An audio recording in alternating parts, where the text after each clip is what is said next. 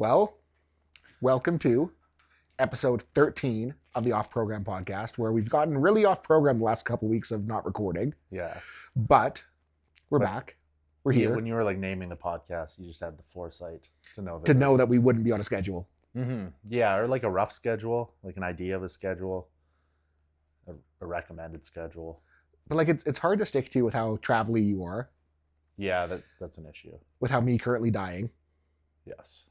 I don't know about dying, but Yeah, well, what? You're 2 weeks out? 2 weeks out, and it's like You broke your leg.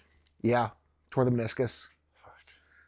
Had a little rough go, but like this stage of powerlifting prep, I want to emphasize this because this is so important for new lifters, is so many people will sign up for powerlifting meet, start ramping up for the meet prep, and then all of a sudden they get to the end of it and they're like, I'm really tired and weights feel really heavy, I should not do the meet. And it's like, no, this is supposed to happen.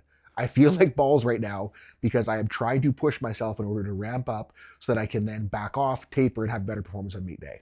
Yeah. Having So like, why does it get harder at the end of the meet? Because you're not like cutting to try and make weight. So is it just like accumulated fatigue from higher training intensity? Yeah, everything's ramping up. Yeah, so you're just training as hard as you can. Yeah, maybe not, I don't know about as hard as I can, but as heavy as I can sustain. And as weights ramp up, like shit's going to feel worse. You're going to catch fatigue from it. You're going to feel very tired going into the session. And then what I always tell lifters is right now in this stage of meet prep, your job is to not care how you feel. Your job is to go into the session saying that you are going to do the best you possibly can no matter what. And a lot of times you end up surprising yourself that it ends up going pretty damn good. And then if you can do good in these sessions in this high fatigue state through the peak, you know that when you taper off and get to the platform and you're feeling fresh, shit's gonna fly. So isn't this where using like RPE gets kind of murky?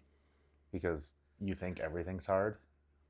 Well, that's, I think, where having a solid anchor for RPE comes from. Where, like, the bar just feeling heavier on your back doesn't mean that the rep's hard. Having to wake up more doesn't necessarily mean the rep's hard. You just gotta, and again, it's kind of like taking your emotion out of how the bar's moving, how the bar's feeling. Yeah. But what if it just feels heavy because you're really tired? Well, then your job is to wake up. And like I kind of had this on Wednesday where like my 3-plate warm-up on deadlifts was like, fuck, I feel like I might be in trouble off of this. Yeah. And I kind of talked about this in the vlog, is one of my least favorite things as a coach is to hear lifters get to this stage and be like, my 3-plate warm-up felt heavy, so I just quit. Or my 3-plate warm-up felt heavy, so I decided I was just going to go light. And it's like, no, the peak is not going to work if you do that. You need to decide that you are going to wake up and bring it because you can bring it. Yeah. And even if it doesn't end up being perfect, it's still going to be good enough to get you there. Well, and I mean, there's a big difference between, getting close to what you could do with deadlifts versus stopping at a 3-plate warm-up. Oh, 100%. Right? Like it's not like pass or fail. There's like degrees of it. It's like we talked about the other week with like the cheat meal. It's like if you go off plan and you have a 1,500 calorie cheat meal, that's different than just saying fuck it and go having a 4,000 calorie cheat meal. Yeah, there's a huge difference between just deciding you can't try because an early warm-up feels heavy and still just doing the best you can. Yeah, even if it doesn't go that great overall. Yep. Yeah. Like I got a guy right now that's doing the same meet as me, and he just moved to a little acreage down in Georgia, and he has to pound fence post this weekend. This Sunday should be as heavy as squat. He has to pound fence post, all day today, all day tomorrow. Yeah. And I'm like, well, Zach, this sucks. This is not ideal circumstances to take your last heavy squat, but we know that from what he did last week, he hit a freaking giant squat with chain on the bar. And that was supposed to set up as this week. And had I known that he was going to be pounding fence post this week, I wish I would have had a little bit more heads up because I might have scheduled things a little bit differently. But it's like, we know that he's going to have extra fatigue from the fencing. We know that he is strong from last week. So all I told him is like, zero pressure this week. Like, fight for it. Do your best to make it good. But if it ends up being 50 pounds lighter than what we expected, we don't need to worry because we still know you're strong from last week. Yeah. And it's kind of just like having the foresight to kind of understand how fatigue will play in at the end that lets it end up being a bit smoother. So is right now when you should ideally be hitting like all-time gym PRs? So depends on the lifter's level. Like you. So I really don't want to be taking PRs at this point. I took a 1 pound PR on my deadlift Yeah. in training, which doesn't really count. And it was probably harder than it should have been, so I probably should have gone lighter. Oh, is that the one you posted? Yeah, I was that, like, that got a little bit shitty. So that was a bad call on my part. And again, like bad call at the end of the world. I just know I'm gonna have to fight harder to shake some fatigue off. Gonna have to correct some mistakes on that pull. But I always, if a lifter is, brand new and making crazy progress, yes, absolutely.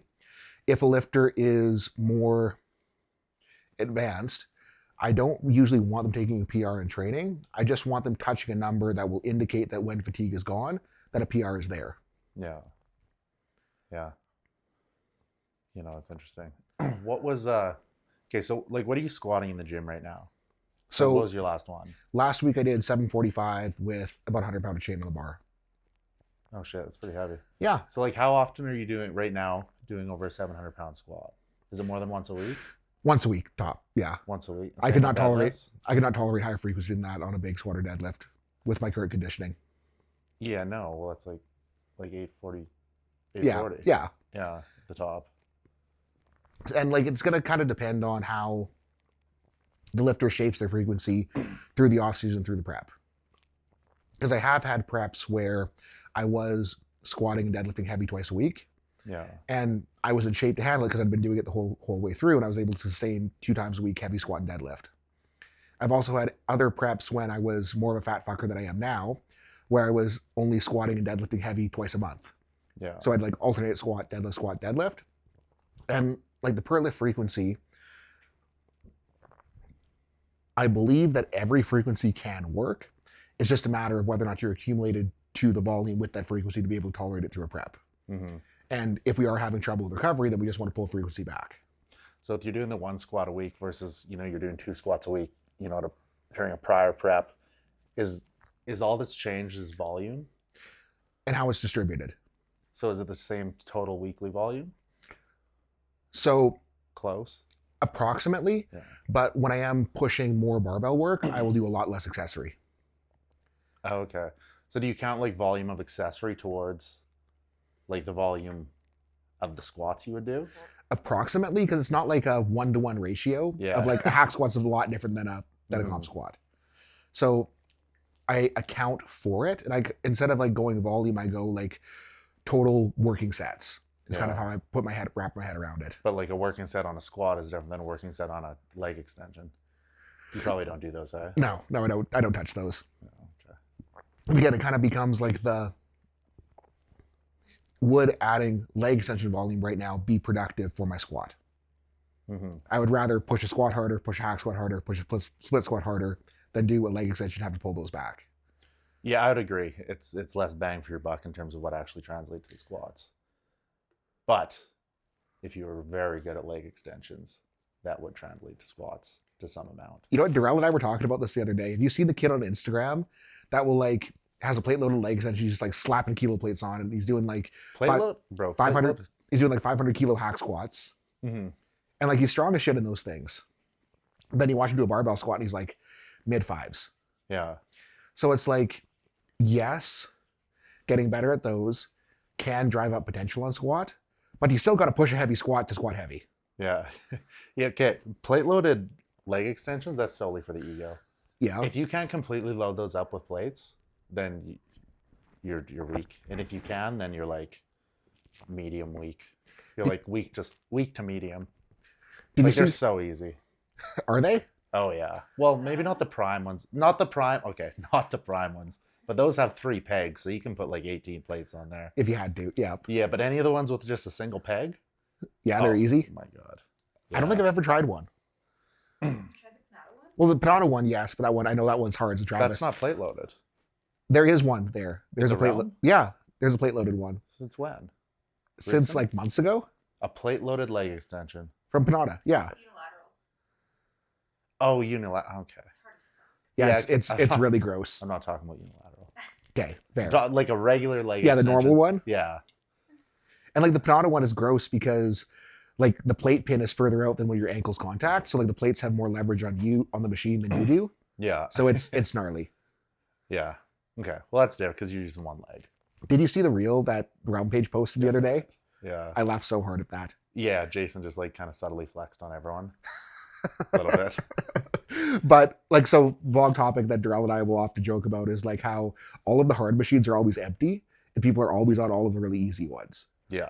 And it's funny that like Jason's poking fun at that because the machines that where you can just stack plates on plates on plates, there's always a freaking lineup. Mhm. Machines that are hard as shit, no one ever uses. Yeah. Yeah, which is interesting. Like that max pump pec deck. Yeah. Is that, yeah, the one with the big handle, the one that's like crazy hard?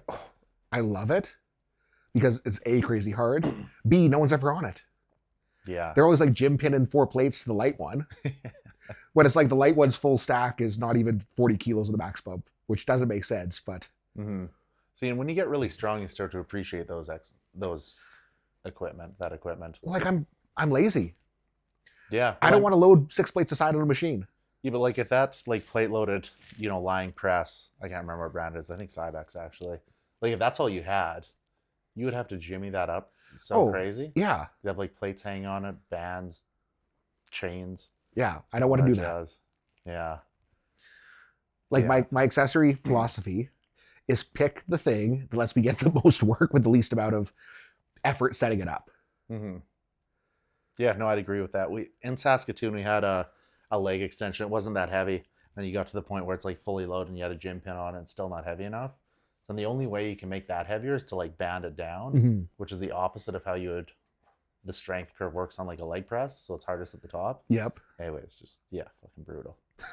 But if we had heavier leg extension, You would choose that. for sure. Yeah. But I mean, if you're not like strong, it doesn't really matter. You just pick what everyone feels the best. Mm-hmm. Yeah. Which I don't know if that's what everyone's doing or they're just picking because you can load more plates on it. Well, like the silver pec deck feels like Yeah. shit. That's the light one? Yeah. Oh, yeah, the silver one. Then there's the one on the end of like the 8 stack. Yeah, which is also feels a incredibly little, light. yeah, feels like shit. Yeah. So Yeah. The only issue with the max pump one is the handles are only vertical. yeah, I wish we could get the horizontal, especially for rear delts, but Can you imagine how big your rear delts would be if you Yeah. full stack that? I don't want to meet that guy. No. Do you? No, he would be durable. What I do though on that, I don't know if you do. I like karate chop it for rear delts. You use the max pump one? Yeah, just like No. like it won't hold the handle. No, I can still fit enough weight on the other machines to do rear Okay. delts. Yeah. More of a like 20 plus rep range guy. Yeah, fair. Yeah, do you ever do dumbbell swings? No, Like incline bench dumbbell swings? It was like Dusty Handshaw's thing for forever. like I do, like what West Side exercise called an H roll, where you're kind of swinging, but like you're swinging in an H shape. Oh, like for Yeah. lateral. Yeah, for more like Lateral front. rotator cuff and low trap. Yeah. But like you're talking just like swinging side to side. Yeah. You like go on an incline bench, then you like roll your shoulders forward. You just like swing it that much. Yep, It's on my mind. I've been putting on everyone's plans lately, and it's gross. I keep having to go to like the Dusty Handshaw YouTube video because he has like the perfect explanation of it. I just like send the link Yeah, of that. Yeah, you should try it. You need like hundreds. yeah. Sick. Again, I don't know if I want to hold 100 for a rear delt exercise. Yeah, it's true. You need straps. You know what? And yeah, I don't know how much that would carry over to any or less. Yeah. If you had 'cause- bigger rear delts, could that be the contact point on a bench? So yes, and I think where again, like everyone wants to say like rear delts don't matter on bench, lats don't matter on bench. Everything But- matters. The stronger my rear delts are, the harder I can spread in the bar, the more triceps I can put into it. There you go. So I'm trying to, I will crank the reverse pec deck for that reason. yeah, that's the reason. Yeah. Is there any exercise you don't do at all that like most people do that go to the gym? Like you said, leg extension. That's like a common one that you don't. Yeah. Because again, I don't think the bang for the buck. Do you do curls? Yes. Not as much as I should, but I will What- touch some biceps. Mostly just, again, it's like the biceps aren't moving the weight, but they're going to play a stabilizing role at the shoulder. They're going to play a stabilizing role at the elbow. Mhm. And just, I think touching some is going to be good for you. Yeah, and there's also like, who doesn't want big arms? Yeah. And like powerlifters, they always want to whine about their biceps tendonitis, right? But the issue is that they get too big, then you can't get your hands on the bar. Just widen your grip like an asshole like I do. Yeah, there you go. Not that my biceps are too big. It's Hold my the plates. shitty arthritic shoulder that's in the way, but Yeah, same issue though, same principle. yeah, Yeah. Is there anything else? You don't do calves. no. No. But that's more of a, I don't want them bigger. Yeah, because you can't fit the sleeves on. I actually have been calving a little bit, just because my ankle range has felt a little bit sticky. So I've been warming up my squat and deadlift days on the seated calf raise. Mhm. Literally just trying to like get a stretch. Yeah. Okay. All right. I got a question for you. If you had to design someone's powerlifting plan, it's just like normal person that doesn't have any like caveats, no issues. And they could only do 10 exercises total for the whole prep. Mhm. What would those 10 exercises be? Well, squat, bench, deadlift takes up 3. Okay. We'd want a big barbell secondary for each of those. So again, assuming garage gym, It can be a fully equipped gym, but not like realm, like normally equipped gym. yeah, normal equipped gym. So I'd probably go in again like bench, probably a wide grip or a close grip, depending on what they need more of. So you're saying bench press, then wide grip bench press, another one? Yeah, God, you have no variety. no, but Okay. Okay. right. So either wide or close, that's 4 exercises. For squat, again, I'd probably be going either if they need more squat practice, maybe a pause. If they need more quad, maybe a hack or high bar. Yeah. So what are those? Maybe too many exercises already. I'm giving options. Yeah. Let's just keep it simple. Just say bench, close grip bench. We can do dumbbell press for pecs. Yeah. For squats, we can go hack squat for big quad driver. Mm-hmm. For deadlift, we can go stiff leg. How many fucking exercises am I at now? I think that's 7. 7? Oh God, I'm in trouble. You haven't touched deadlift stuff yet. Well, it's stiff leg for deadlift. Oh yeah. Yes, that's the 7. And then Just one secondary for deadlift? yeah, Yeah. I'm running into exercises. What about a reverse hyper? I wouldn't prioritize that highly No. if we're very limited in exercise selection. Mhm. I'd probably go What about with a bent over barbell row? yes, bang for the buck. Yeah, I feel Yeah, like I'd go for that. there'd be a lot of carryover to deadlift if you were really good at that. We need something abs with GHR sit up. I think I'm at 9. Yeah. Split squat, Bulgarian split squat pushed hard. Okay. I think that would be cover most of the bases. But again, I'd want to touch more upper back for Mhm. sure. But Yeah, you could do a barbell row in a way that really hits upper back. now, how would you do that for a bodybuilder? Is it even possible? Oh, it's possible. So you'd have to cover all the muscle groups. So for shoulders, best bang for your buck's probably just some kind of military press. I'd Mhm. probably pick like a Smith machine shoulder press. Chest, an incline dumbbell press. Back. Fuck, like I'm a big fan of deadlifts. I think if you're really Yeah. good at deadlifts, your back's just jacked. That. Hamstrings, you need a hamstring curl because it's the only way you can hit the bicep femoris, part of the hamstring. So then your leg doesn't fade away on the side shots. Standing calf raise. Should I do quads yet? No. Quads at leg press. Alternating dumbbell bicep curls. Triceps. Triceps would be like a dual pulley press down. Like you had like the 2 independent handles. Yep. They press down like that. That's all the muscles, right? Well, then abs. Yeah, so for abs, what would be the best ab movement? Probably just like a sit-up, to be honest. Some form of sit-up. You can like manipulate that so it hits different parts of the abs slightly. Last one. No calves? Probably another movement. I already did standing calf raise. Probably another movement for back, which would be probably like a chest-supported dumbbell row. Yep. Yeah. Okay. Those 10. You could get really jacked if you did those for a long time and just got really strong at them all. Mm-hmm. Yeah, for sure.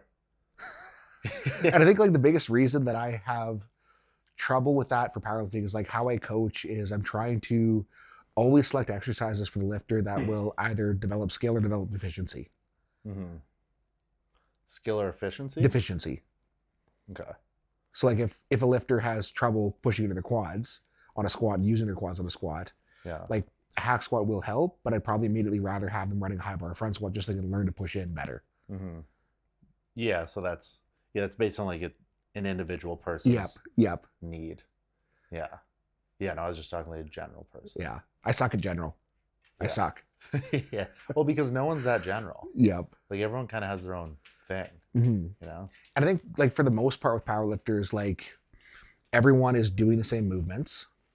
Everyone has the same goal. But then it's like the leverage differences in technique expression means that we need to have some sort of specificity in our exercise selection in order to get the guy to do what we want him to do. Yeah. How long does it take you to like figure that out about someone? Because if someone comes to you for powerlifting, if they're not like super advanced and don't know all that about their own body, like how their levers are and whatnot, how long does it take you to like see how they move? Like one heavy lift. One of every heavy lift? Yeah, will tell me everything I need. So what do you have them send you? Just when someone joins the team, like what Like I'll say squat, is, bench, deadlift? yeah, just send your recent squat, bench, deadlift. Let me know what your current accessory structure looks like. Yeah. And then in the team programming, like the programming is written pretty general, pretty balanced. But then depending on what their lifts look like, I'll be able to say like, hey, let's tweak this slot towards this. Let's tweak this slot towards that to help with this, that, or the other. Mm-hmm. Okay. And I guess like in general, if I were to pick like one exercise that I think everyone should be doing, I don't think I've seen a lifter where getting better at a stiff leg deadlift will not have immediate carryover to their comp deadlift. No, absolutely not. No. Well, I mean, a lot of people's like comp deadlifts damn near look like a stiff. They turn into a deadlift. stiff leg because they Yeah. need it to finish. Like my like deadlift is damn near more of a stiff leg than a regular deadlift. Mm-hmm. And what's funny, my deadlift going like shit on Wednesday. Not going like shit, but just not going as well as it could have. Mm-hmm. I made the silliest mistake ever. A couple weeks ago, I pulled with chain, Yeah. and I just kept the chains on for my stiff legs. Yeah. And I was like, this feels phenomenal. It feels phenomenal because I'm avoiding the hardest part of the stiff leg, which is breaking the fucker off the floor. Yeah. And then the first couple weeks, I didn't notice any deficiency. And then on Wednesday, like my pre-tension of my deadlift, I'm like stiff legging into the bar to get the slack out before I drop in. Mm-hmm. I just did not feel near as assertive with that pre-tension. And then on that top set, because I lacked the pre-tension, I just like leaned back away from the leg press and got way too upright way too soon. So I'm really hopeful that if I can run stiff legs hard the next couple of weeks, that I will be able to show better on the platform. Is that what you're gonna do the next couple weeks? Well, leading up to the show. I kind of realized that on the deadlift, so I just ran stiff leg straight weight. And like the first set was like, fuck, this is bad. Yeah. This is so much weaker than it should be. And then like second set, I was like, okay, it's clicking again and we'll be okay. Mm-hmm. Because I know for myself, at least, I tend to respond very quickly to like the neurological side of accessory tweaks. So just like prime that position, loading that position, it doesn't take me a lot of time to get it back. So optimistic that'll be better. Yeah, so it should come back quick. And even if I am just bullshitting myself with that logic, as long as I believe it, the placebo effect is going to do something for me. Then it'll happen. Man, placebo's as real as anything. Yep. What do you have for deadlifts now? One more? I'm done. Heavy. Oh, so it's literally just straight Yeah. legs. Yeah, well, I'll probably go, like I want to take a lighter pull Wednesday, and I'll probably cap that at like 606, make it snappy. Mm-hmm. And then stiff legs will probably go like 45, 44, depending on if I'm on kilo plates or pound plates, and just make that snappy, and Yeah. it'll be good enough. Did you figure out your numbers yet for the meet? I have no clue. When do you decide? The day of? Literally after my second. After. So do you know your openers though? Yeah. What are Well, your roughly. Probably going to open squat around, again, it'll depend on how tomorrow goes. Mm-hmm. That'll give me a better idea. But right now I'm thinking like 730, 740 will be a safe opener. Bench, thinking probably 440. Yeah. And deadlift thinking 650, 660. Yeah. And then what's best case scenario final attempts? Or is it like bad to say that? So I never like saying that. And I think the reason I don't like saying that is you will hear so many lifters that talking to their asses going, I'm going to hit this, I'm going to hit that, I'm going to hit this, I'm going to hit that. And then they don't. Yeah. And it's like, I don't like saying it just because I don't want to be associated with those guys that talk out of their ass. Yeah, but if you But I'm not if you have, talking like evidence to make it educated like answer. Yeah, so I'm thinking like squat range, again, depending on how tomorrow goes, I'll have a much better idea after tomorrow. Mm-hmm. But after that chain squat I did, thinking like 830 to 850 Yeah. will probably be where I'm aiming. That's like best case? Yep. Yeah. Bench, it'll depend on how my little screw up a couple weeks impacts my last heavy bench. Yeah. But thinking probably 484 to 501. And then deadlift, thinking off of that shitty pull, if I can do a less shitty job on the platform, like 760, 770. So which of those is the largest increase from your last meet number? They're both, I guess, squat and bench will be about equal, Yeah. and deadlift will be a little bit under. Yeah. Your last meet? No, not under, but like under the progression. Yeah. Okay. Which are you the most confident with? I feel like squat. I think because I've taken my last heavy deadlift already and I have a more solid anchor to what to expect. Because again, I'm not gonna have a solid expectation until I know how my last heavy squat goes. Mm-hmm. My last heavy bench is until Monday, so I'm not gonna have a solid idea of where to aim. So like right now, most confident in deadlift. Yeah. And I mean, you just hit a PR. Yeah. Like that's like a lifetime PR? Yep. Ever? Yeah. That's so strange. You What- didn't even say. I came up to him after, and he was like so pissed off. Because it wasn't good. Yeah. Don't celebrate mediocrity. Yeah, I mean, fair. It's the best you've ever done ever. But yeah, I understand where you're coming from. And like, I think the reason I was cheesed is I took 755 in the gym because deadlifts have been trending really well. Mm-hmm. And based on how it moved, I should not have taken that weight. Yeah. And I was taking that weight because I was thinking that 365 kilo 804 would be possible. Yeah. And had I smacked the 755, that would have been possible. Having not smacked 755, I just need to recalibrate my expectations. Yeah. So it's like the piss off was partially because like, shit, I'm not as strong as I thought I was. Partially because I went too heavy for the day. Yeah. But Well, maybe you get some really good stiff leg deadlifts in the meantime. yeah. But again, the wiser choice, I talked about this in the team today in the call, and like dumbass option, number one, would be to have that pull not go to my level of expectation and say, fuck it, we're going to send it and go 804 on my third no matter what. Yeah. And I think that the likelihood of that being a solid third is going to be very low right now. And if I were to set myself up to pull 804 on a third, my second would be, I think, lighter than what I could actually pull. Other dumbass option would be going, oh, that deadlift went bad. I should, quit on the meet, not try for the rest of the taper. I'm weak, blah, blah, blah, cry about it. Yeah.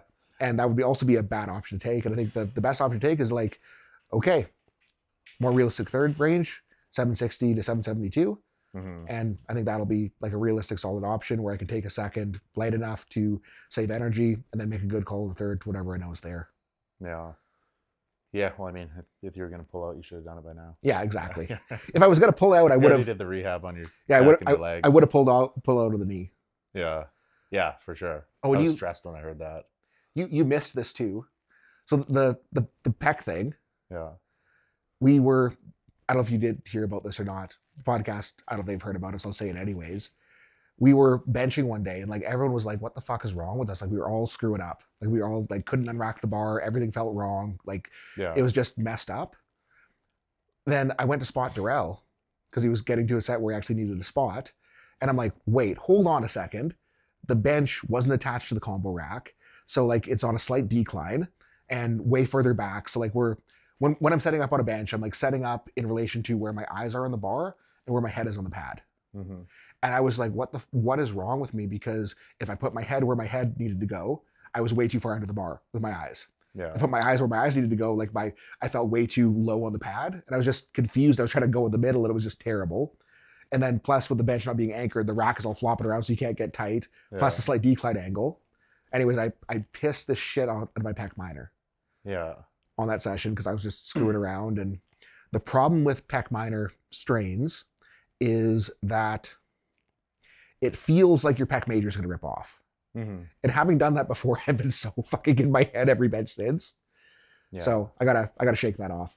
I mean, like if you irritate your pec minor, the number one thing you're probably going to feel that on is like a flat barbell press. Yes. Yeah. So it hasn't felt perfect, but it's felt workable. And yesterday I just took a light session, 315, and it felt totally fine. So I'm optimistic that Monday will be better than the last heavy bench I did. Yeah. So we'll see. Yeah. If something happens in Florida, right? Yep. I have to fly back here, Yeah. get it fixed. Well, and like when I ripped the left pec major off, like it was fine. To fly back? Well, like dealing with it the next day, like it was fine. Can you imagine? And to fly home with your whole pec torn off? That's not going to happen. Yeah. It wouldn't be the end of the world. No. Like I drove home from Edmonton fine. Yeah. I was a little sad. It's going on the depression roller coaster after that. Yeah, it would have been a sad drive home. Yep. You probably stopped and got some pizza or something and Do you remember Cheered flying up. after the surgery? Oh, That wasn't that bad.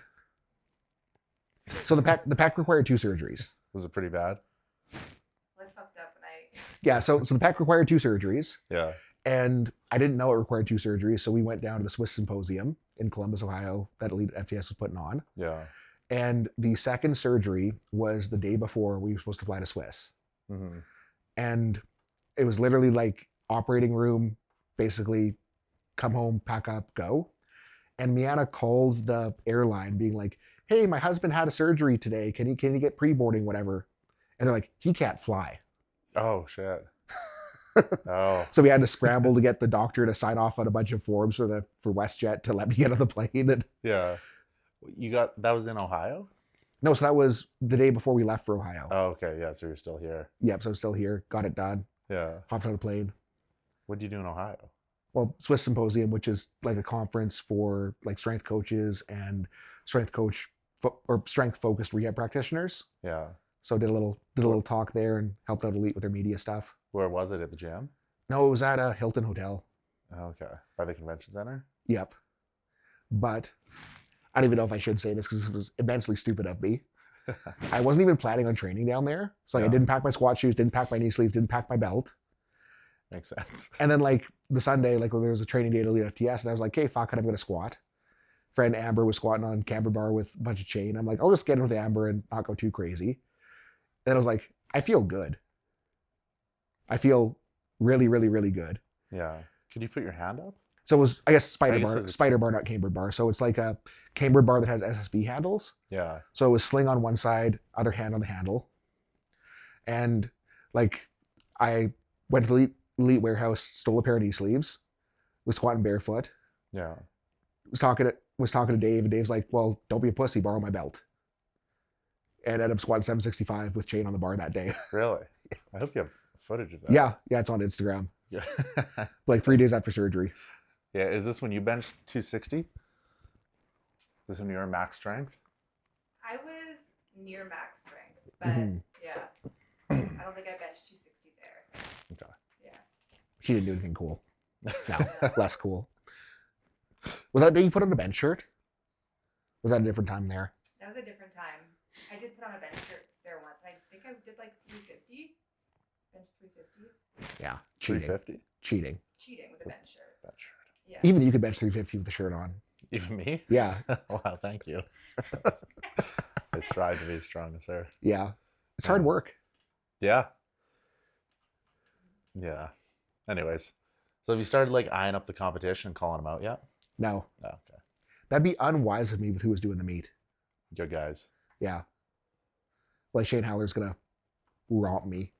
Fernando's gonna romp me. A bunch of other people that I know are gonna romp me that there's too many to list that for the podcast be going on for 20 minutes. Yeah, but the guy who's gonna win usually doesn't like start the shit. So. No. Yes, it's fitting if you're gonna be like that. You know, third, fourth, whatever. Yeah, I don't even know I'll be there with the roster. I think you can. How's the guy you're coaching doing? How many guys do you have in it?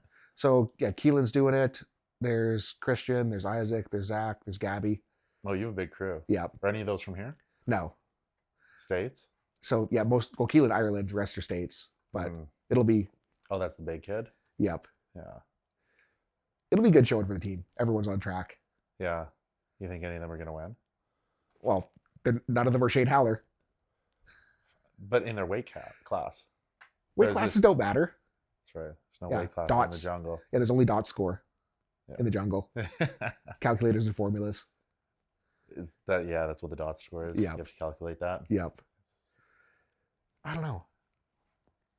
I think again, like everyone, there's a lot of people that hate dots, but it's like if you just got stronger, your dot score would be better. Stop whining. Yeah. That's my attitude. Yeah, But- fair enough. But you've been coaching Cole now. Yes. How's that going from your end? Well, he texted me last night and said he broke his spine. So, Not Travis's fault, by the way. So that was a stressful message to read. And then, yeah, I mean, like it seemed like a very minor compression fracture. Yeah, like What? compression fractures aren't the biggest deal. Yeah. Like I kind of gave Cole some ideas of how to modify training so he still can do stuff. Yeah. Yeah. So I have effect because like he's a chiropractor. He knows his body pretty well at this point. I was like if you're in pain, like just take like 6 to 10 weeks totally off the gym. He's like, no, I can still train. Yeah. I was like, okay, we'll just go way lighter and don't do things that like load your spine, basically. Yep. Yeah, but no, man, Cole's a freak. He's still peeled. Yeah. And he's over 270 now, which is like he's over 25 pounds up from stage. Like, I think he could be competing way heavier. Oh, yeah. Yeah, would you agree with that? Yeah. Like, because you knew him throughout the last prep. I didn't. Yep. Yeah. Oh, absolutely.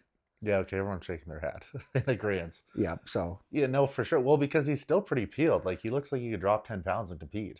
and he's still starving too with the calories you have him Which on. is crazy.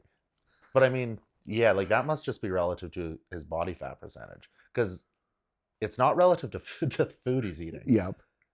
Man, like, he was telling me how starving he is. And I was like, okay, well, you're pretty peeled. Like, what do you want to do? Let's add a bit of food here. And he's like, can I just have another 8 ounces of meat? So now he's eating 6 8-ounce meat meals with like at least 300 grams of rice or 150 Yeah. grams of cream rice with each of them. A shitload of added fats. He's still peeled. Yep. Yeah, and which is really good because that means his food's going to get super high in the off season and he has the appetite to handle it. Mhm. I'm Well, excited to see how high it gets. Well, you remember when I was doing the Justin plan and how crazy my high days were. Mm-hmm. When Cole was with Justin, he was doing 5 of those a week. Yeah, yeah. It's like He said that. he could handle the food. Yeah. So he doesn't believe me when I say like we will get to a point where you're not hungry anymore. Mhm. I'm pretty confident we will because of he's not having those like cheat meals. Mhm. You can get food high. Yep. And he's kind of telling me the other week that like he definitely likes the Justin strategy better, Yeah. just because it like wasn't as psychologically hard. Mhm. But then it's like if he's still this starving with calories as high as they are, the ceiling is so much higher. Absolutely. Because with it is. Justin, they hit the point where he couldn't eat more. Mhm. And they couldn't get more in. Yeah. And like you can do a lot with clean foods with like added fats. Like for sure. There's so many tricks. Mhm. Yeah. Soon as you're gonna be having, 700 mils of juice with every meal. Yep. Mix some carb powder in with that juice. Yeah. 50 grams of olive oil, avocado, some peanut butter. It's gonna be fun. It's gonna be good. Yeah. Yeah, he's gonna get big. It sounds like he's getting quite strong too. Yeah, like things have been moving well. Like I've been watching his deadlifts and he's getting back. He was getting back on track before he broke his spine. Broke his Compression fracture. What's Yeah. funny is like I fucked up my knee slipping on the ice. Yeah. He breaks his back slipping on the ice on a parents' front porch and falling down the stairs. So, moral of the story: don't live in Canada. Yeah, basically. And I made this sound like worse than it is. He didn't break his spine. I mean, like technically. Like T10 compression fracture, like there is a fracture in the spine. Yeah, but it's not like He's I not going to be broke my paralyzed. Yeah, he's not Yeah. paralyzed. Like he can walk. Yeah, He can train. he can do most things. Yeah. Yeah. Yeah, no, he's doing really good though. His back's growing too. His back's growing a lot. The side of his leg's growing a lot. Yeah, she's kind of getting fuller everywhere. And no, taking it week by week. I don't think he wants cheat meals anymore. I think that's Because he can't handle it. yeah. Which I mean, I understand. And yeah, I've asked him enough times to try and just to go take it and just have something like under the 2,500 calories. I think the issue there is if you start having like processed foods like high in sugar, things like that, like it kind of triggers something different than if you just had like a whole food cheat meal. hmm Like if you went to Mucho Burrito and got like 4 massive burritos, I feel like and I don't think you could eat more after. hmm Like if you had 4 big burritos on top of the 6 meals Mhm. of 8 ounces of meat, I don't know if you could physically fit more food. Like that's a lot. And I understand. I understand the the science of how much large people can eat. I really do.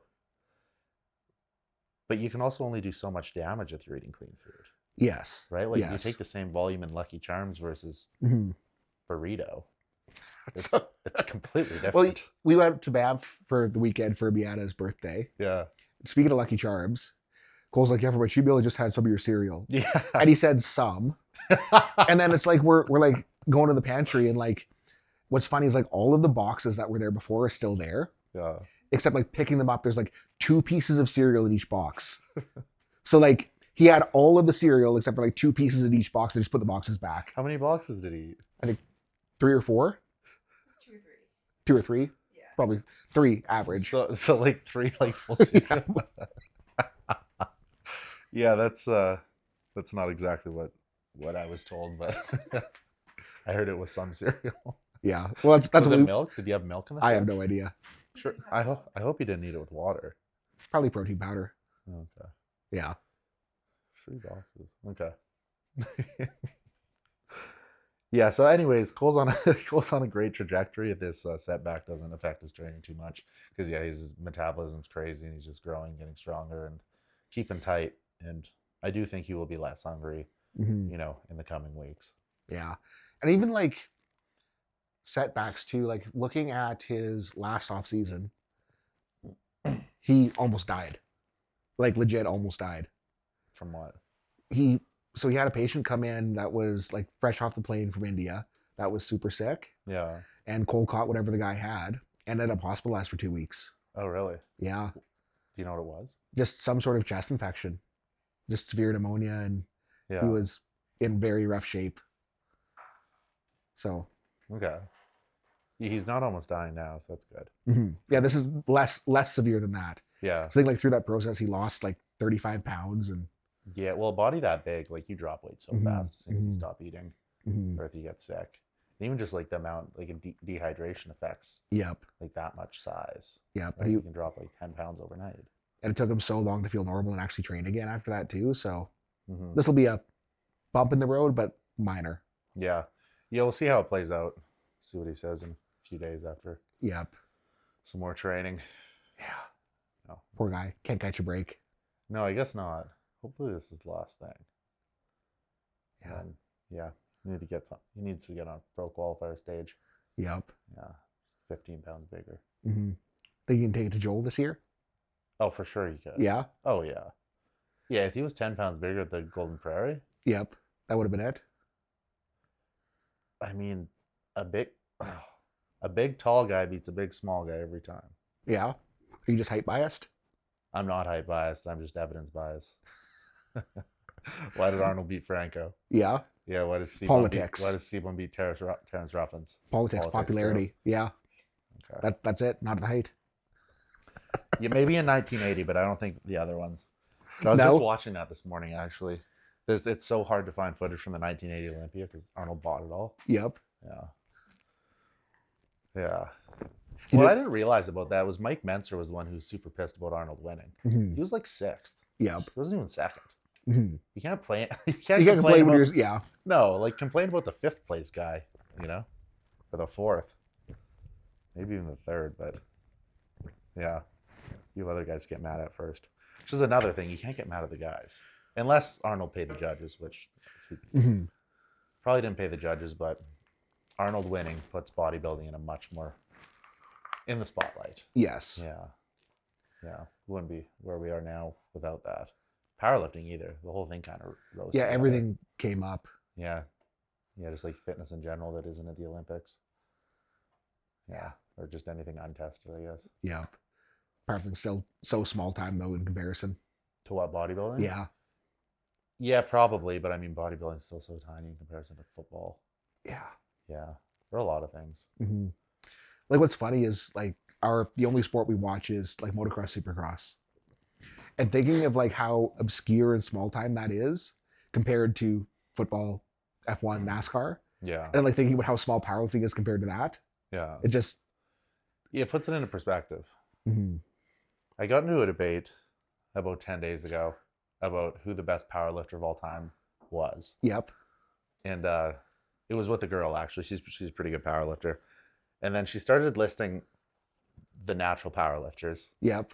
And I and I said, like, that's not how it works. And then I was like, I think John Hack's the best ever. Yep. And then she's like, no one knows who that is. And she said it was this, this random person who did well at a Sheffield or whatever. Mm-hmm. So I was like, okay, ask ChatGPT, who's the best powerlifter of all time? What'd they say? I can't remember John Hack was second. The first place, he was one of those like the OG guys who Mhm. like pioneered Cohen? the sport. Yeah, yes, Yeah. that's who it was. Yeah, it was him. And then ChatGPT said John Hack was second. And then nowhere on this list was someone who competed at Sheffield's. And so I think like in the all-time conversation, what do you base it on? and what I'm kind of always thinking about, like, what I'm thinking about all the time is what they did in the context of their time period. Mm-hmm.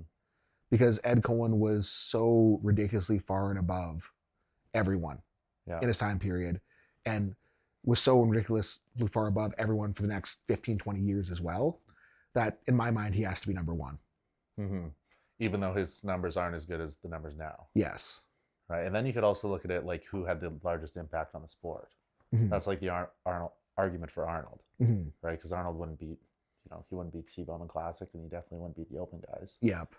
But in terms of like growing the sport, Yep. like the most known, it's him by far. Yep. I think too, like where Ed Cohen comes in as well is not only like what he did in the context, but how long he was undoubtedly the best in his era. Mm-hmm. Like it was a very long reign of no one being able to touch him. Yeah. Whereas like Hack, if he extends it for another, 5, 6, 7, 8 years, that could be more comparable. Yeah. But I'm not saying Hack's bad. It's just I think like the legacy. Mm-hmm. Well, that Ed ChatGPT left. agrees with you. Yeah. Yeah. Even though ChatGPT went woke. I hate how I refer to ChatGPT as they. Yeah. That was a bad slip. It. Yeah. The thing. Yeah. Yeah. Do you still use Chat, or have you switched over to Grok? No, I haven't switched. Haven't used it a ton as of late. No. No. I use it like a Google search, like a search engine. Yep. Yeah. I find it just tells me exactly what I want versus having Having to to- scroll and find yeah. what I want. Fair. And especially because it puts links too. Mm-hmm. Like So you can check the sources. Well, I type in the website like I want, or trying to describe like what I want to buy or see, and then it Feet just, like, gives pictures? well, it just yeah, yeah, yeah. We won't get into that, but it just gives the links. Yep. Yeah. Anyways, it kind of went woke when it stopped giving legal, medical, or financial advice. Oh, it doesn't do that? No, that was No? like a thing like 10 or a week ago or 10 days Oh. ago. Yeah. I have humored it, like asking like rehab questions. Mm-hmm. And I'm okay knowing what I've seen it spit out for rehab, that it does not give medical advice. Yeah. Oh, yeah. Yeah. Well, it's interesting. That's like I was talking to someone about this the other day. When you watch like Joe Rogan even, and then Joe seems like he's very knowledgeable. He knows like about a very wide amount of Yeah, things. But then when he talks like about the specific thing that you know a ton about, you're like, a lot of this shit you're saying is wrong. Yes. And then it makes you think, it's like, okay, how much of the other stuff is wrong? Mm-hmm. And that's similar to ChatGPT. Yep. Yeah. Or like it's close enough to work for someone that doesn't need a specific answer, but then Yeah. missing some detail. Yeah. Well, it got the powerlifting thing right, because it didn't say the Sheffield girl was the best ever. I think that's like kind of, well, I mean, again, like what it's pulling from, it's well agreed upon that Ed Cohen is. Well, her argument is that no one cares, like if you're taking something, if you're not, unless you're natural, it doesn't matter. Mm-hmm. Which I don't know how to. Well, I do know how to argue with it. I say, who's the best bodybuilder you know? And they say, Ronnie or Arnold or Mhm. something. I say, okay, who's the best natural bodybuilder you know? And I think for a while, I say, oh, you don't know a single natural bodybuilder? And then they think of their buddy that did a regional show, a few years ago. No, you don't know any. Yep. Anyways, and I had the same line of thinking as someone said, like, who's your favorite natural powerlifter? Fuck, I don't know. Bryce. Yeah, it would be someone local, But it's tough to make an argument for Bryce or your buddy at the local show being the best ever. Mm-hmm. When there's Ronnie and Ed Cohen. Yeah. Yeah, so I left that at that. But the Yeah. prize money's bigger, right? At Sheffield, yeah. Oh, it's bigger at Sheffield than anywhere else Yeah. As far as I know. because they have mainstream sponsors. Who sponsors it? I think SBD puts it on. Oh. And they got the coin. Yeah, they're big. They're big. Okay, well, shit, they have that. In bodybuilding, it's not that way. Mm-hmm. Yeah. I could be talking to my ass too, because I don't know what the exact Sheffield prize pool is at this current moment. Mm-hmm. But most untested bigger meets are capping out around 10 grand right now. But that's in it. Why is it like that though? Because like the purses for the athletes is relative to the amount of people watching it. Mm-hmm. So is there more people watching it then? There's way more IPF tested lifters than untested. Yeah. Like There's a lot of natural powerlifters. Mm-hmm. And then they all kind of have the idea or the bias that outside of their organization it doesn't matter. So they will all watch their organization, not pay attention to anything else. Yeah, which is what I experienced in this discussion with this girl. Yeah. It's exactly what I experienced. It's interesting how like powerlifting's more that way and bodybuilding's more the other way. But I think that also comes down to like what we're talking about previous episode, where I don't think PEDs plays as big of a role in strength expression as physique. Whereas like looking at a natural bodybuilder versus a Olympia level competitor, Yeah. huge freaking difference. Mm-hmm. Like natural bodybuilder, But like no one's gonna tune in to see the other, right? Because it's like, well, I see that at Good Life. exactly. I wanna see Whereas- Ronnie Coleman. Like the best tested lifters are putting up at least comparable, if not better, numbers to untested in some of the weight classes. That would completely explain it then. Yeah, if it was close. Yeah. So it's like it's close enough that it's as cool, if not cooler. Yeah. Especially considering that they're not on a deadlift bar, they're not on a monolift, etc. So I can get why they want to think that outside of their fed it doesn't matter. But then if you're ignoring John Hack, Colton, Dan Bell, Ed Cohen, Andre Mladichev, etc., you're ignoring a significant portion of really cool shit that's happened. Yeah. Yeah. That made the sport popular, Mm-hmm. right? Yeah. How many people powerlift because of Ed? Like Ed didn't exist. He was never a thing. So Who's the most influential? Is it him? I think in terms of growing the sport, Dan Green, Stan Efferding. Because they Dan's were, the man. I love that. and I dude. think it's like Ed Cohen was pre-social media, pre-being able to watch it on the internet. Whereas like peak Dan Green, peak Stan Efferding, they were right as YouTube was becoming a thing. They were right as Instagram was becoming a thing. Mhm. And so many people didn't realize like you don't have to be just a fat fuck to powerlift. Yeah. Yeah. That's a good point. And Mark Bell drove that for sure. Yeah. I think, Stan's responsible for 75% of bodybuilders and powerlifters and strongmen that have CPAPs. Like he's the biggest advocate for like a ResMed than anyone. Yes, I would agree. Yeah. I got mine before Stan was talking about it though. Really? Yes. I didn't. Well, I was Not until Stan told me that's like the easiest way to make the biggest jump. Yep. Well, it was actually a professor in my undergrad that was talking about it. And they asked me if I had it, and I'm like, no. And they're like, well, you look like you need one, you fat fucker. They didn't say it in those words, but Yeah. basically. It's basically what they imply. And then I was like, oh, I'm curious. I'm going to get a sleep study. And they're like, yeah, you fucking need one. yeah. Yeah, well, I mean, probably like if you have a big neck, heavy chest, Yep. among other things. But what's funny is, so like I started PEDs right before I got my CPAP. Mhm. And I swear the CPAP made a bigger difference than PEDs. Yeah, no, I think it would. I really do. Based Because- on what Stan told me. Yep. But like it was bad. Like I was falling asleep at stoplights. I was falling asleep every lecture. I was just Mm-hmm. Yeah. Do you ever do the vertical diet? not specifically, like not full vertical, but like Mhm. what we do is close enough. Yeah. Like I don't do the Greek yogurt. I don't do sweet potatoes, but Mm-hmm. the meat rice foundation. Yeah, beef and rice. Mhm. Yeah, steak, rice, and then you get all the micronutrients from having a few baby carrots here and a little bit of Mhm. spinach over here. Yeah. Yeah, everything, all the rice cooked in chicken broth or beef broth. No, I don't do that. That's a hack. Have you ever Is it? tried it? No. Yeah. We have? Well, it's No, I it's wasn't aware. It's fantastic for digestion and too. It just tastes good. Mhm. Yeah, So no, you're- that was great. You're on Team Vertical? I or did it for a close? while. Yep. Yeah, like the first time I started getting really big, and I was like, oh my god, I cannot eat this much food. Yep. And then I'd see like Brian Shaw or Hathor, like these massive guys, and be like, how do they do it? Yep. Then I got really into Stan Efferding because he was like coaching a lot of them. Mhm. It's like, okay, this is how they do it. Yeah, I followed it. Yep. Yeah, it was good. It seemed like an easier way to get in a lot of food. Mhm. Yeah. Yeah, no, I liked it. I'm a fan of all Stan stuff. I think he's a smart guy. Absolutely. Do you remember watching his Rhino rants years ago? I'm not. I just remember the videos where he'd be like walking down the street. Yeah, and those- just like, those. Oh yeah. And I was just at the time when I still couldn't talk, could still barely talk. But at the time I was like so impressed that he could just like walk around and talk to a camera and spout off for 15 minutes on a topic and be Yeah. eloquent about it. Yeah, that was a big thing. Yeah, so he actually rehearsed those. Oh, I Did you believe hear it.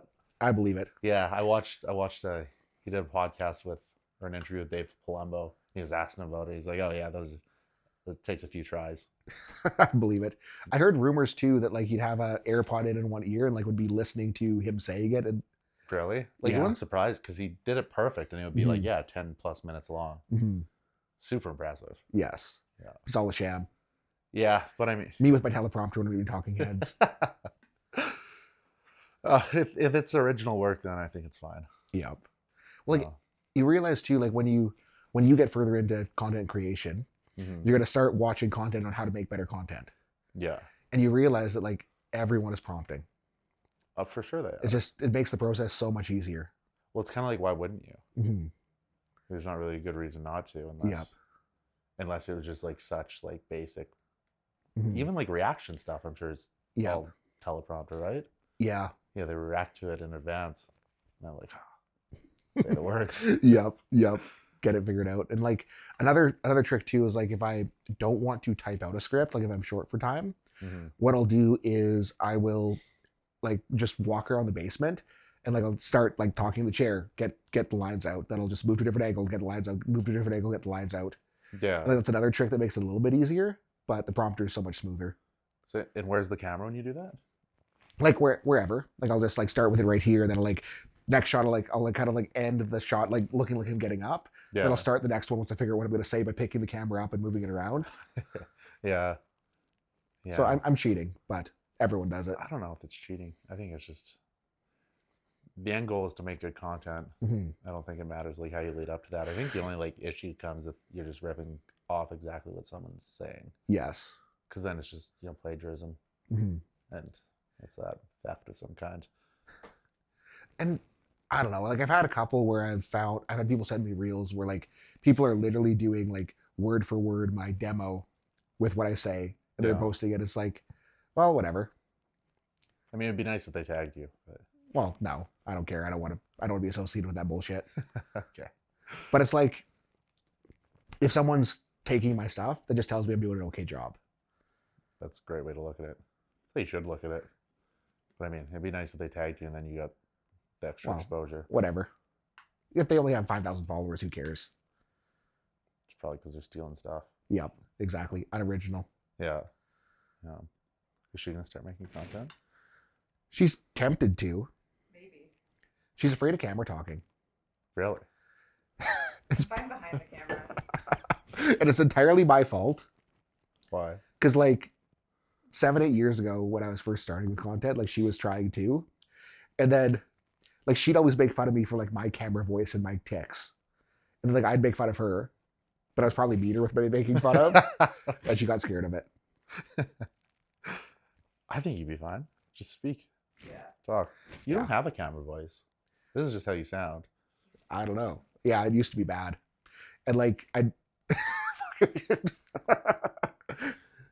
I should find some of my old shit to send to you. Is it on it's YouTube? On YouTube and on Instagram. But it's so bad. And like I'd have this thing too where like to talk I'd have to like move my hand like this to get the words out. It was just like, oh, it hurts looking back, but It was a learning process. it's to a get skill, there. it's practice. Yeah. And I think the best thing I did when I moved back to Canada is I would go to Bryce's gym and train with him twice a week. Mm-hmm. And obviously, again, just training around Bryce is awesome. But just seeing the process that they use to put out content helped me so much. What's his process? He probably has like a team there. Well, he just has Dylan doing it. Yeah. But like just It's seeing like his how, editor. yes, editor, filmer. But just not even like the process, because it really is just put camera in front of Bryce, make Bryce talk. Mm-hmm. But just like seeing his attitude towards it and like seeing that because again, like if you are watching the content, you don't see that like a lot of my reels, like I need 5 or 6 takes to get it out now. Mm-hmm. And back then it was like 50, 60 takes to get it out. Yeah. And like seeing Bryce like screw up and be like, okay, we'll just retake it versus getting frustrated that he's not getting it right. Like that just helped me so much to understanding that it doesn't need to be perfect. You just need to get there. Yeah. How long's he been doing it? Has he been doing it longer than you then? Oh, he started, I think, 2015, 2016. Where did he post it? Like on YouTube? YouTube back in the day. So he's YouTube videos for back then? Yep. He's got like 300,000 subscribers now. Like he's been does he? grinding for a long time. Yeah. Yeah, well, I remember when he made that gym, he has the whole setup with the fancy lights. And Mm-hmm. I think he made that gym like to make content in, basically. Well, that gym started during COVID Okay. when he couldn't really train. Like he had his combo rack in the basement of his condo, so he was kind of doing that. But then they were like, well, if we don't have a gym, we don't really have somewhere good to make content. Let's just pull the trigger on this. And Mm-hmm. Does he still train there? yeah, I think he would have started it before COVID or started building it. it was definitely during. He started building it? Yep. Because I distinctly remember Basement Bryce for a while. Oh, no, yeah, you're totally right. My timeline was messed up. Yep. Yeah. So I was thinking that was when I first moved here, but it was already COVID when I moved here. Mhm. Yeah. I am so fortunate that I was in Florida for that. Yeah. So Was- fortunate. Were things even shut down? For okay, this is phenomenal. So the chiropractic school that I went to in Florida, Mhm. they're based in Davenport, Iowa. So the school was shut down. Nothing else was. Just the university. Yep.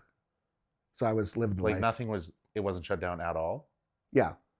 Like everything was normal. There's no masks People were wearing masks. We But- were not. by choice. Yes. So it wasn't like you'd get arrested. No. Yeah. Well, I mean, you were in the right place for it then. Yeah. Got very lucky. It was so funny is like people up here were like calling us like worried because they were seeing the news like everyone in Florida is dying. And we're like, we can't even tell. Like when it first started, I was nervous that my neighbors were all going to start dropping dead because they're all geriatric, not very healthy people. Yeah. And they were fine. And I'm not trying to downplay the severity of it, but it was You didn't see it. I didn't see it. Yeah. I also don't know anyone who died. But it was a It happened. yeah, it was just funny like seeing like everyone up here like hiding to lift and hiding to train where we're just like, well, we're fine. Go to the gym, do Yeah. the thing. Like I trained at Max out in Saskatoon, and my training partner was the owner, Yep. and he was allowed to be in there by himself, but because he couldn't be with anyone, Hmm. so we had like cardboard taped up all over the windows, Yep. so no one could see in. It would just be me and him in there. Hmm. Crazy stuff, man. We're like, hoping the cops don't come in. Yep. We're just working out. Yep. Yeah. Yeah. Thank God that's behind us Yeah. for the most part. Might have to edit this part of the podcast out. Yeah. Getting too political. Yeah. You left when we just started talking about COVID. Oh shit. All right. Well, I better go Yeah. You back out to here? work. Yeah. Okay. Okay. What you compete? You leave next, not the upcoming Wednesday, the following. Yep. Okay. Cool. So we'll have to try to get one in. Yeah, we'll do one later next week. Get your final thoughts. It'll either be really sad or really optimistic. Yeah. Yeah, those are the two options. Yep. No in between. Probably not. One Anadrol pillar 8. I think. Yeah. Yeah. Exactly. Inside joke from the other night. But Yeah, it's how Seth's gonna pull 850. yeah. I don't know if that'll help me. That might help me rip something off. Or drop a deadlift bar because my hands are so bloated. Yeah, you guys and your fucking no straps. Yeah, because we're cool. Yeah. Okay. Fair.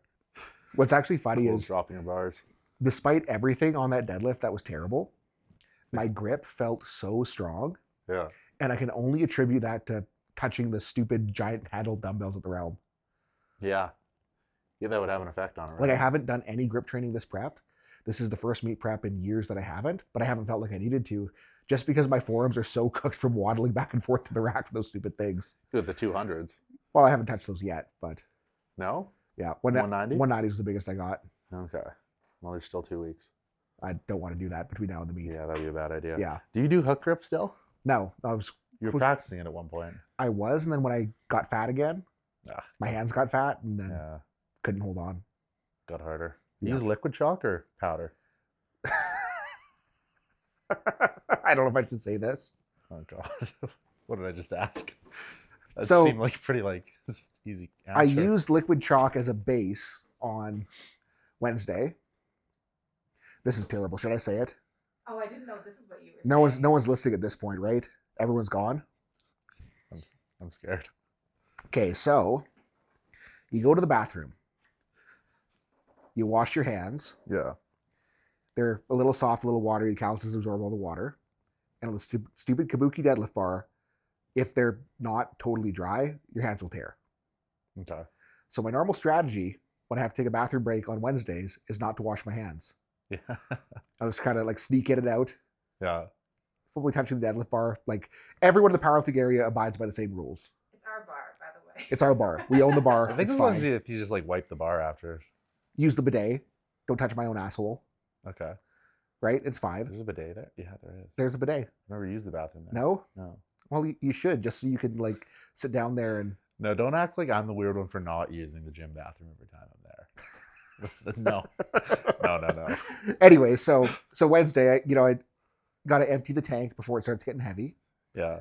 and then I hear a lot of talking in the bathroom, and I open the stall and there's like 10 people in there, and they're all like looking at me, and I'm like, social pressure. I gotta fucking wash my hands, or else they're gonna think I'm disgusting. So, solution to help dry them out is I put liquid chalk on first. Put a little alcohol to get it a little bit drier. Okay, so the summation of all that is use liquid chalk. No, I would much rather just use dry chalk In a block form. in a block.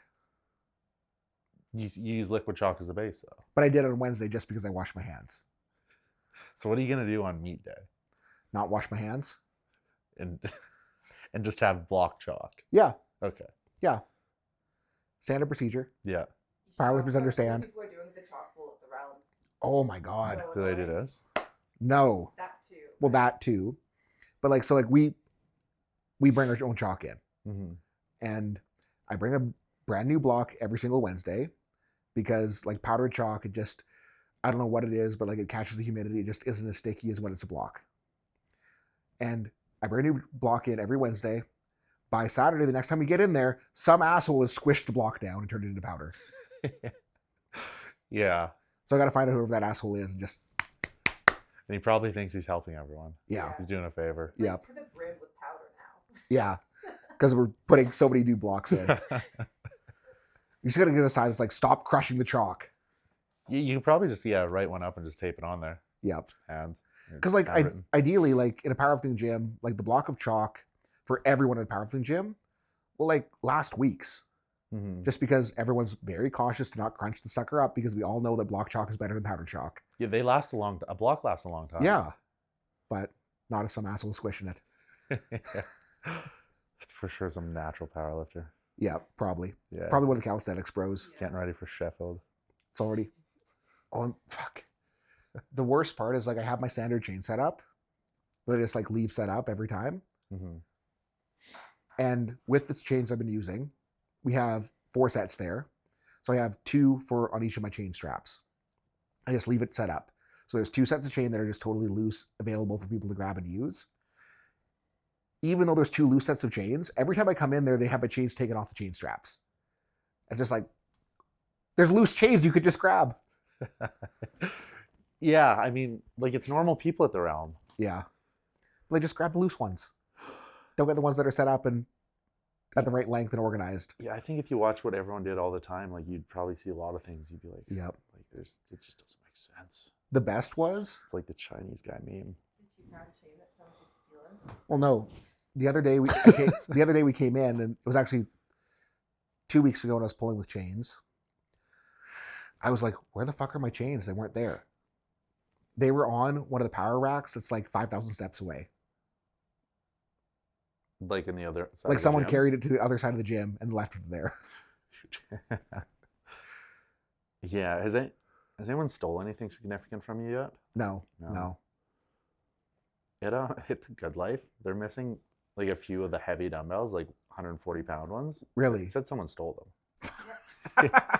Yeah, That happened when I worked at Good Life too. How? which is a big issue because they have 2 of every single dumbbell, and then you get to 135, and then there's like 140, and then it goes to 150. So someone stole like 7 dumbbells, like massive dumbbells. Why not steal pairs if you're going to steal that many? Well, they mostly did. There was just one single Fuck. there. I'd suspect they ran out of room in their How would you pull that off? bag. I think at night, and you just have some part-time kid, Yep. playing on his phone. If you go in the middle of the night and there's not many people there, I think Like you'd have to probably- scan a membership. There's cameras. Yeah,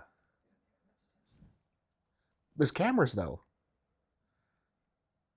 Yeah, but they'd have to know exactly what time someone stole it. like I agree, they could figure it out. Yeah. Probably They could.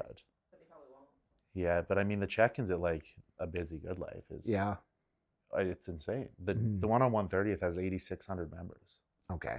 That's like 8 times what the Realm does. Yeah. I mean, granted, probably they have a much lower percentage of memberships that actually get Mhm. checked in. So I think that would probably be disproportionately higher at the realm than other gyms. Yep. People will But use yeah. other people's keys too. Mhm. Yeah. Yeah, way more people going through. Well, if someone steals a monolift, I will be impressed. That would be tough. Yeah, Someone's listening to this going, challenge accepted. yeah, but I mean, Mono's gone on Saturday. Mike would let you look at the cameras though. Yeah. You'd find that guy. Yep. Oh, Yeah. and if Nervous now because the back door is right there. No one's stealing your monolith. No. There's no way. Kabuki deadlift bar goes missing. See, a bar, potentially. I would cry. The most likely thing to get stolen are just like the little accessory things. Mhm. Yeah, we had the one person break a collar. Yeah. That's it that we've had damaged. Is the reverse hyper yours? Yep. Yeah, see, you brought like massive piece of equipment. That Yeah. can't really be stolen. Yeah. No. The chip plates are always missing. The chip plates? Like the 2.5s and the 5s. Oh, yeah. They're always somewhere stupid in the gym. Probably. I could see that. Yep. As long as they're still in the gym. Yep. Isn't great, but still better than them being gone. Yep. Yeah. It's like so ridiculous. It's like you don't need the shiny 2.5 pound plate when there's 2.5s everywhere else. Like you have shiny ones or they're the colored ones? Like they're chrome 2.5s. Oh, yeah. And everyone's like, I love the chrome 2.5s, but it's like, Do you have 1 pounds there? no, Do you No. own 1 pounds? no. That's surprising. I thought you would have 1 pound plates. I was gonna say something intolerant. Not on this podcast. In Florida, there was an old guy, Joe Jordan, that would get so, I don't want to say mad, but he would get visibly upset if anyone wanted to use a 2.5. And like, I'm like, I can tolerate a 2.5, but a 1, I thought you out of anyone would be on board for that. no. I thought you would until very recently. Well, okay, so like, let's just say if I can bench 450. I understand your side for this. Yeah. It's very, very evident the argument against using 1 pound plates. And like I do get it for like some lifters where like if they're brand new and their bench max is 60 pounds. Or if they're the opposite of brand new. Or if they've been powerlifting for 30 years and now the progressions come in 1 pound increments. Suck it up and load it. Okay. And again, like the difference between like 800 and 802, just load 805 if you want more than 800. A squat's a big movement. A bench? Okay, the difference between 495, 497, and 500. What about a plate loaded dumbbell?